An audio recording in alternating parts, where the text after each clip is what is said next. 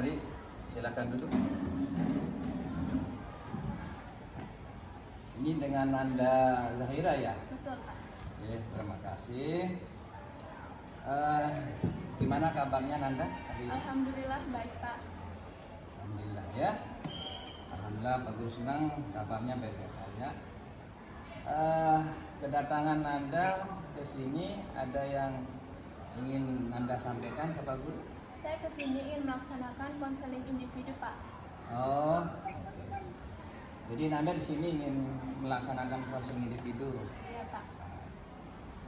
Pak Guru, insya Allah Pak Guru akan bantu ya.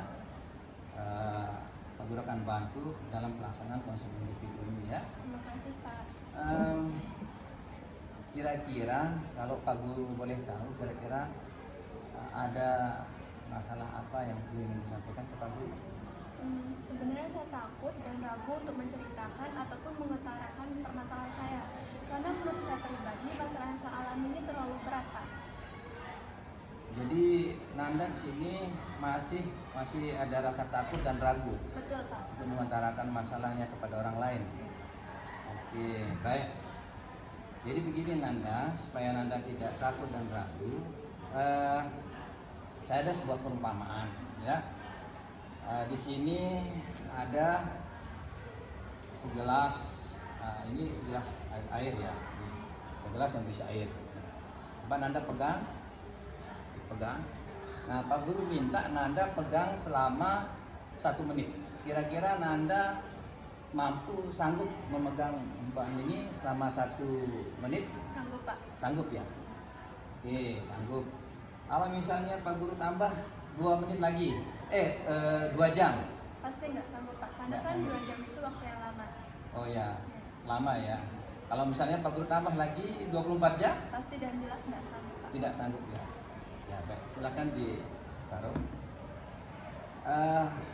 Jadi begini Nanda. Jadi memang misalnya kalau kita bayangkan Nanda air ini seperti beban permasalahan Nanda. Kira-kira bagaimana perasaan Nanda? Jika saya memendam permasalahan itu sendiri, pasti terlalu berat, Pak. Awalnya jika saya mengalami masalah, awal-awalnya itu masih sanggup-sanggup aja, fine-fine aja. Namun namanya juga saya manusia, bisa membutuhkan tempat cerita, dan bisa mengalami kelelahan jika memendam itu sendiri. Oh begitu ya. Jadi memang benar sekali.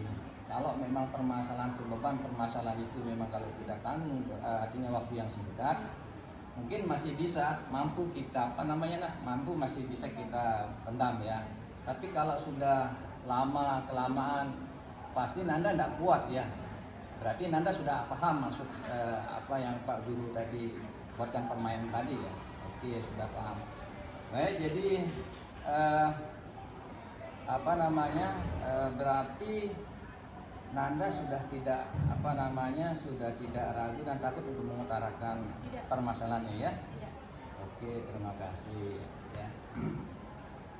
Jadi kalau begitu berarti Nanda butuh orang lain untuk memberikan bantuan ya. Ya contohnya sekarang ini kita melaksanakan konseling individu. Sudah tepat Nanda sekarang. Karena sudah apa yang tadi Nanda katakan, kalau sudah terlalu lama sudah tidak kuat, jadi butuh bantuan orang lain kan. Baik, jadi kita akan melaksanakan konseling individu ya. Sebelum kita mulai konseling, mungkin mari kita terlebih dahulu kita berdoa. Mudah-mudahan konseling kita pada pagi hari ini diberikan kemudahan dan kelancaran oleh Tuhan Yang Maha Kuasa. Mari kita berdoa menurut agama kita masing-masing. Berdoa mulai. Berdoa selesai. Baik, Nanda kita mulai.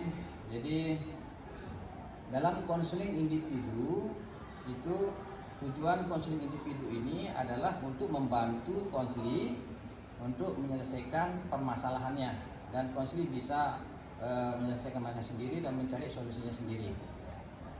Dalam konseling individu itu ada 3 asas yang perlu diperhatikan. Yang pertama namanya asas sukarela. Baik, asas sukarela ini di mana Nanda ke sini tanpa paksaan, berarti dengan kemauan sendiri ya. Oke. Terus yang kedua, di sini ada asas keterbukaan, ya, di mana nanti di dalam konseling ini Nanda harus mengutarakan secara jujur isi hati dan pikiran Nanda, ya, biar Nanda itu jujur mengutarakan semuanya, ya. Oke. Yang ketiga, asas kerahasiaan, ya. Nah, nanti di dalam proses konseling ini kan ada pembicaraan-pembicaraan kita sekarang ini itu insya Allah Pak Guru akan rahasiakan dan tidak akan Pak Guru bocorkan kepada siapapun, pada orang lain, ya. Oke. Terus yang terakhir, waktu konseling kita yang di video ini kita akan laksanakan selama 40 menit. Kalau memang kurang nanti bisa kita lanjutkan pada pertemuan yang berikutnya, ya, atau sesi kedua. Baik. Kemarin tadi kan Nanda sudah mau menceritakan, ya kan, apa permasalahannya. Sekarang Pak Guru minta dari hati dan apa sih permasalahan Nanda sekarang ini yang Nanda tadi saya dengar agak berat sekali sehingga takut dan untuk mengutarakannya. Nah, coba jelaskan ke Pak Guru bagaimana permasalahannya. Jadi begini Pak, orang tua saya cerai, ayah saya menikah lagi. Mungkin itu yang menyebabkan faktor dari timbulnya emosional ibu saya, yang menyebabkan ibu saya melampiaskan amarahnya kepada saya. Saya merasa sangat sedih sekali akan keadaan ini. Saya merasa kehidupan ini sudah tidak adil, kehidupan ini sudah hancur. Itu hal yang menyebabkan saya kurang konsentrasi dalam belajar dan kurang percaya diri dalam melakukan suatu hal. Terkadang saya juga iri melihat teman-teman saya yang bahagia dengan keluarga harmonisnya, sedangkan keluarga saya hancur. Saya merasa Tuhan itu tidak adil, Pak. Oh begitu.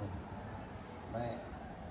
Jadi apa yang Nanda tadi ceritakan itu Pak Guru merasakan. Apa yang Nanda rasakan Pak Guru merasakan sekali, ya. Tapi di sini Nanda, mohon maaf, tadi ada saya dengar pemikiran-pemikiran yang irasional. Itu pernyataan tadi yang mengatakan Nanda kehidupan Nanda hancur.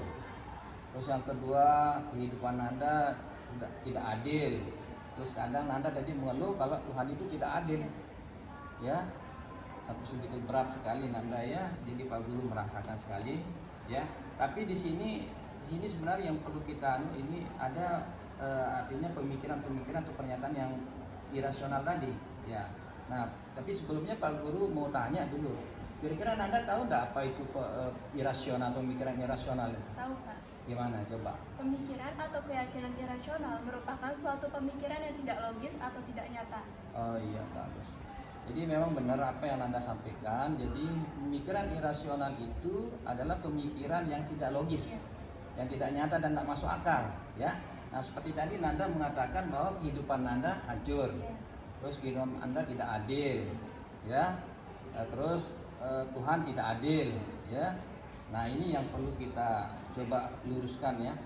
Di sini ada pemikiran-pemikiran irasional. Baik, kita akan lanjut ke sesi inti, ya, di mana Pak Guru akan melakukan pendekatan yang namanya pendekatan REBT, Rasional Emotive Behavioral Therapy, dengan Pak Guru menggunakan teknik dispute kognitif dengan konsep ABCDE nanti, ya. Nah, dispute kognitif ini nanti kita akan merubah pemikiran-pemikiran yang irasional menjadi rasional. Baik, kita mulai. Di sini Pak Guru punya kartu A. Nah, ini kartu A, ya. Nah, nanti di sini Pak Guru minta Nanda tuliskan, ya, tentang segala kejadian, ya, yang mengawali permasalahan Nanda sekarang ini. Oke, bisa dituliskan? Oke, pulpen.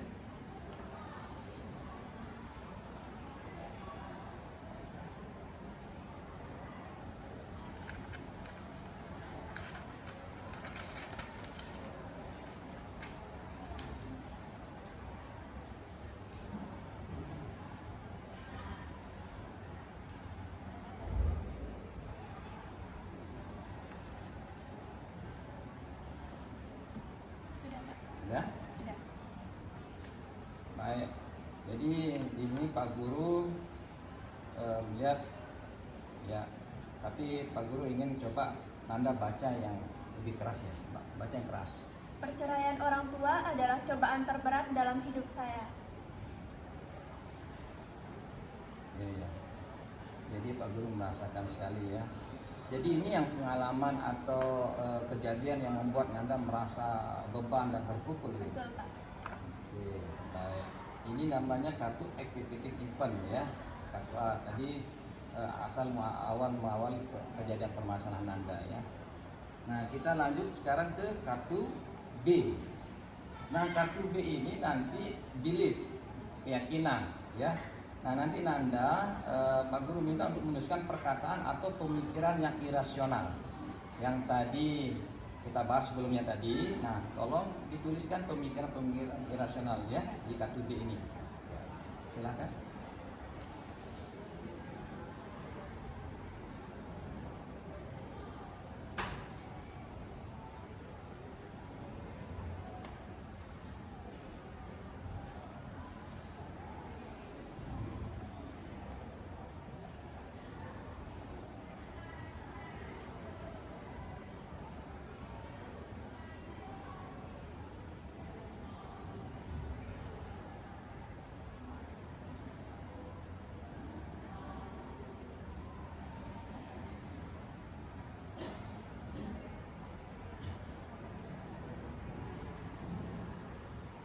Sudah, Pak. Udah ya. Baik, Anda sudah menuliskan di kartu B ya. Bisa Pak Guru minta tolong untuk dibacakan yang keras. Kehidupan ini tidak adil. Kehidupan ini sudah hancur. Kehidupan membuat saya menderita dan kurang percaya diri. Oke, baik.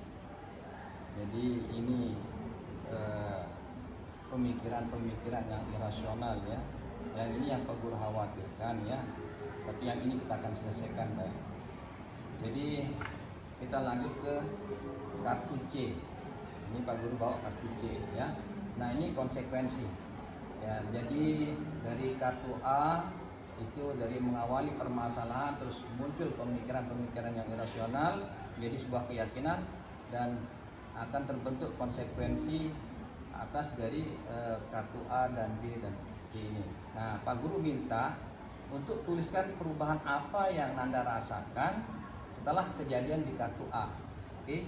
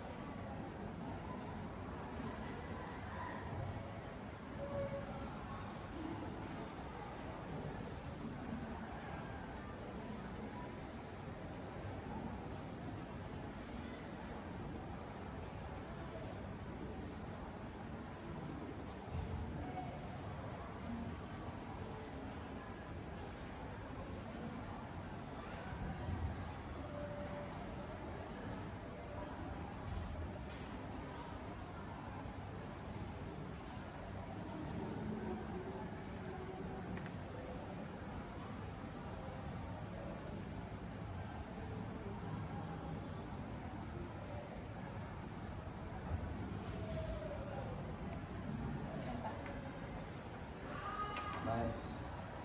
Jadi di sini Nanda sudah menuliskan ya perubahan apa yang Nanda rasakan setelah kejadian di kartu A. Pak Guru minta untuk dibacakan lebih keras lagi kartu C-nya. Saya tidak punya semangat hidup. Saya trauma menjalin hubungan bersama siapapun karena takut berpisah. Kemudian saya tidak konsentrasi belajar dan kurang percaya diri. Oke. Jadi di sini konsekuensinya jadi Nanda semangatnya kurang, terus trauma ya. Oke. Jadi ini mungkin yang bikin Nanda jadi tidak konsentrasi belajar dan kurang percaya diri. Betul sekali, Pak. Nah, sekarang kita sudah selesaikan menulis pernyataan dalam kartu A, B, dan C ya. Nah, sekarang Pak Guru ingin coba Nanda tonton video. Ini video ini nanti tentang kisah tentang seekor kupu-kupu yang dalam proses perjuangannya ya. Nah, nanti Pak Guru minta Nanda tuliskan di kartu ini setelah nonton video nanti ya. Pak Guru akan sediakan videonya.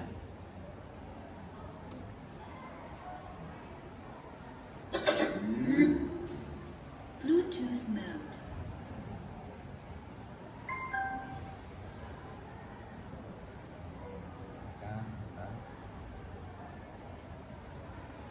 Ada di dunia.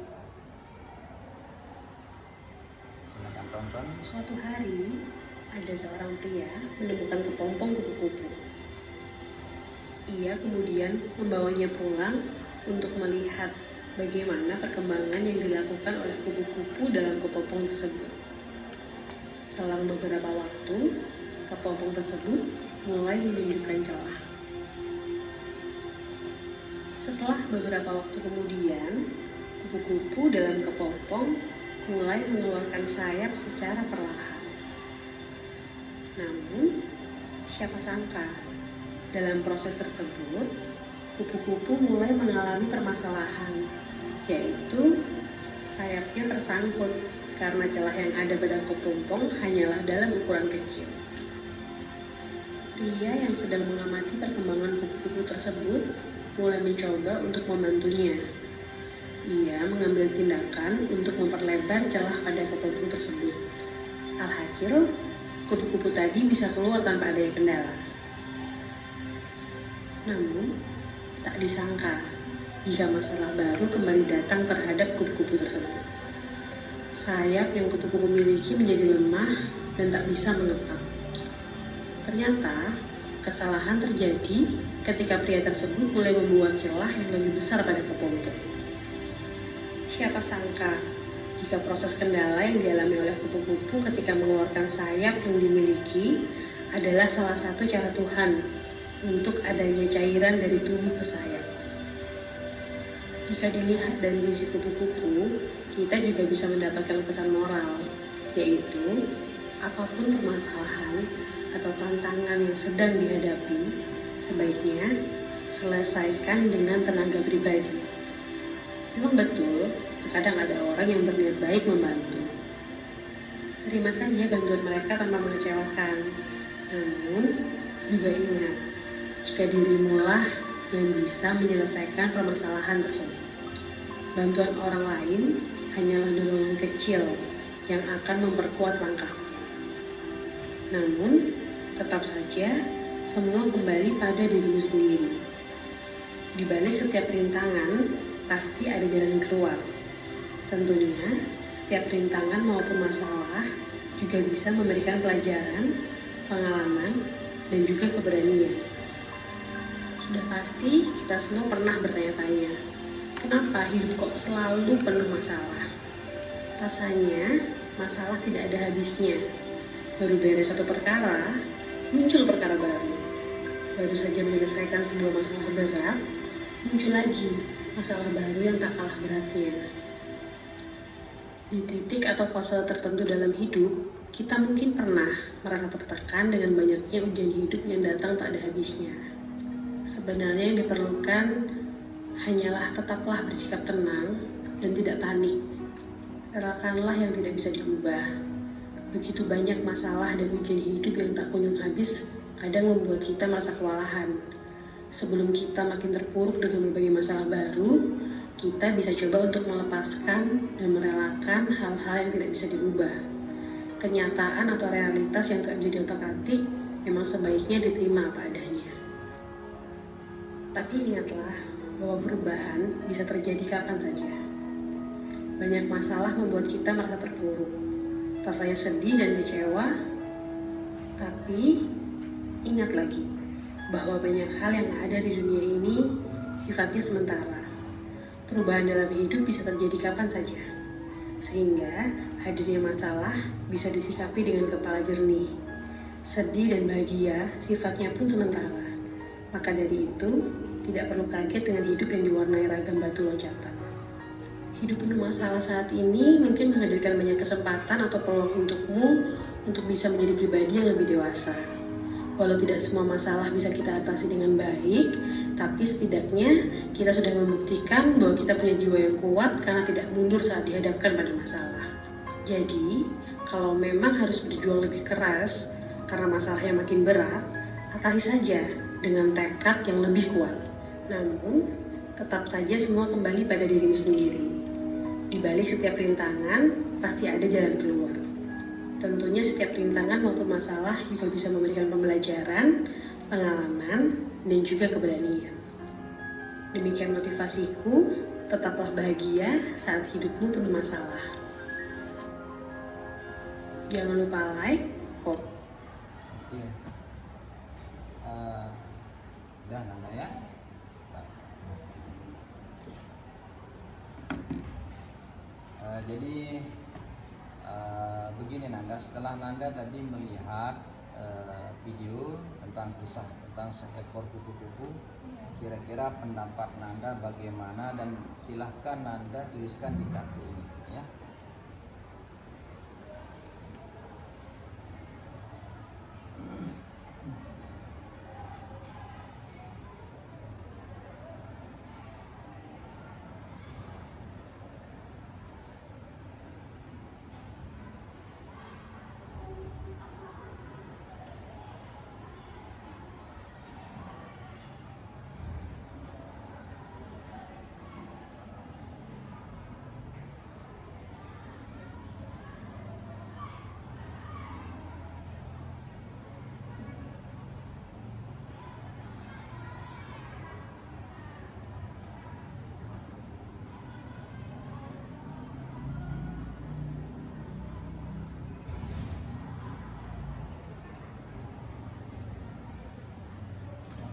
Udah? Bisa dibacakan dengan keras. Oke. Ternyata cobaan merupakan suatu proses untuk menjadi seseorang yang dewasa sehingga dapat menjalani kehidupan yang akan dilalui. Jawabannya bagus ya, luar biasa. Jadi Nanda berarti sudah paham tadi ya cerita tadi. Nah, kira-kira bisa Nanda menyimpulkan apa kira-kira? Kita tidak boleh putus asa dan mengeluh kepada Tuhan, karena pasti setiap masalah pasti ada jalan keluarnya, dan permasalahan yang kita dapatkan juga pasti ada niatnya di balik hal itu. Luar biasa. Berarti sekarang apakah Tuhan itu masih tidak adil enggak? Menurut Nanda? Setelah saya menonton video tadi, adil Pak. Saya merasa sangat bersalah karena mengatakan Tuhan tidak adil. Oh iya. Berarti Nanda merasa bersalah ya, karena tadi sempat mengatakan Tuhan itu tidak adil. Jadi begini Nanda. Jadi Nanda di sini seekor kupu-kupu tadi ya. Nah, gitu.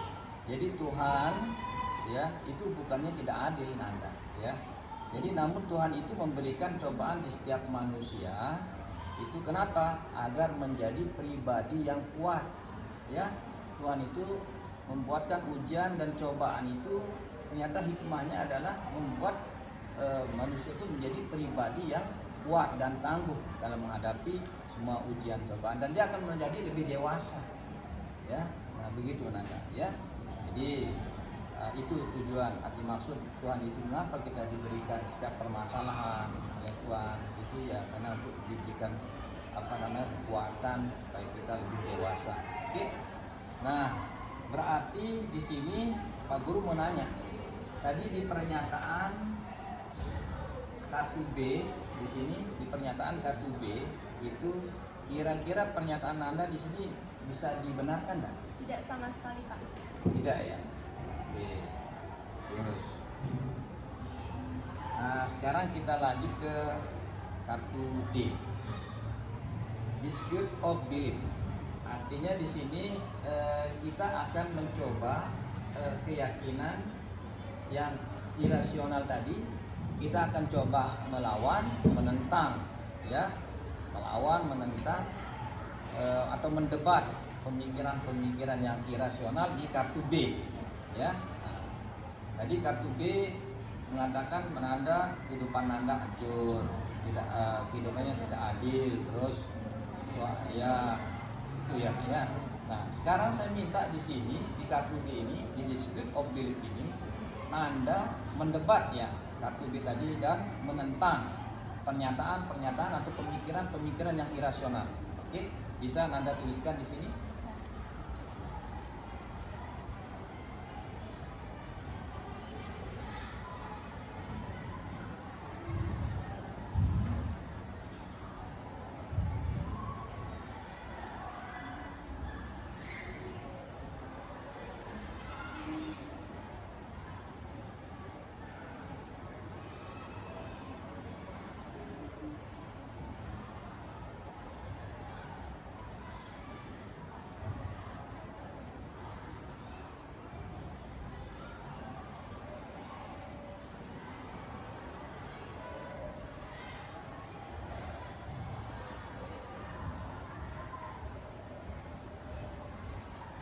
Oke, sudah ya. Berarti Nanda sudah mendebat ya, menentang pemikiran-pemikiran irasional. Ya, baik. Oke, coba Pak Guru minta untuk dibaca yang lebih keras. Ternyata saya masih punya masa depan. Saya harus kuat untuk melewati semua ujian ini. Tuhan ingin saya menjadi pribadi yang lebih kuat. Mantap, saya sangat kagum dan bangga ya atas Nanda karena Nanda sudah bisa menebak pemikiran-pemikiran yang irasional di kartu D tadi. Baik, kita lanjut ke kartu E, effective new belief. Nah, di sini kartu ini nanti kita akan membuat keyakinan-keyakinan baru ya. Nah, di sini Pak Guru minta tuliskan keyakinan-keyakinan baru seperti apa yang ada dalam diri Nanda ya. Nah, setelah mengikuti beberapa rangkaian tadi prosedur konseling kita pada hari ini ya. Nah, silakan Pak Guru minta untuk membuat keyakinan-keyakinan baru di kartu E. Ya, silakan.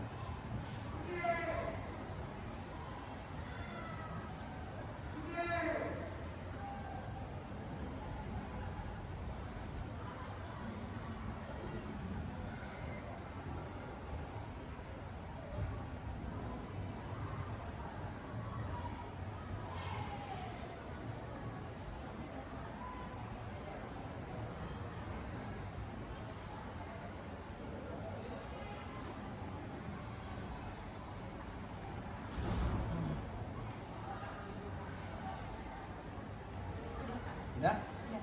Oke, baik. Nah, alhamdulillah berarti ini Nanda sudah membuat keyakinan-keyakinan baru Ya. atau yang dibilang sebagai sugesti baru ya. Nah, coba Pak Guru minta untuk dibacakan yang lebih keras. Saya adalah orang yang spesial. Saya adalah orang yang kuat.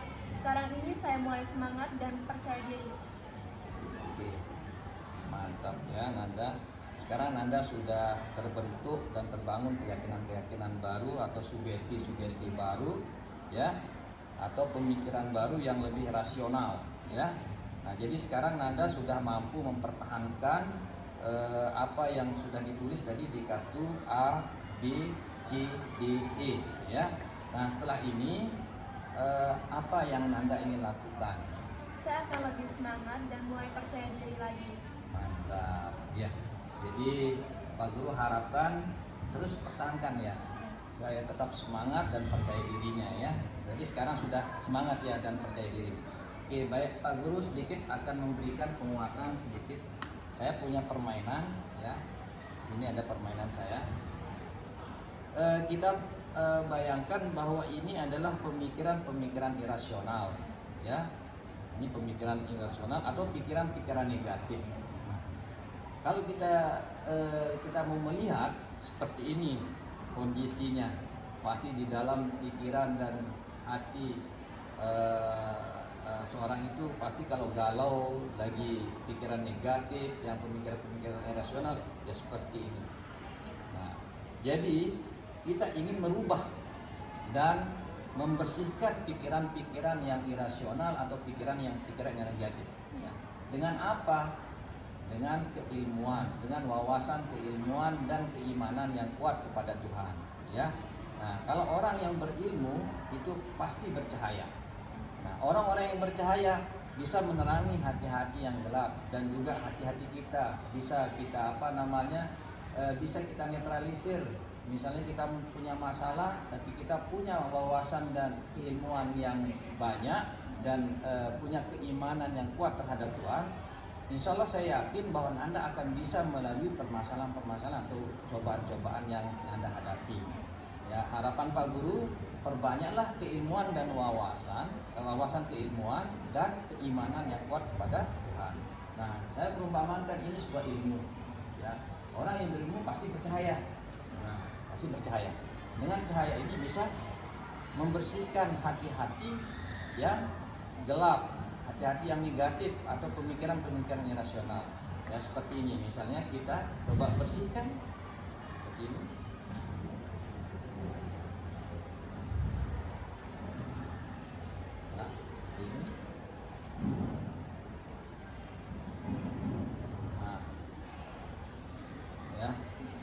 Jadi dengan keilmuan dan keimanan kita kepada Tuhan, maka hati kita dan pemikiran kita akan bersih, dan segala ujian dan cobaan saya yakin pasti Nanda akan bisa ya untuk melaluinya dengan kuat dan dewasa. Jadi setelah dari apa yang kita Pak Guru lakukan itu, kira-kira sekarang bagaimana perasaannya? Lebih lega karena kan menceritakan masalah. Oh, alhamdulillah ya. Berarti sudah lega sekarang, sudah senang ya. Nah, baik. Jadi sekarang Pak Guru minta untuk diisi ini ada instrumen untuk kepuasan konseling ya dalam layanan ini. Jadi Pak Guru mohon untuk instrumen ini diisi. Isi. Nggak perlu dah ini. Ya. Jadi centang saja, cukup dicentang.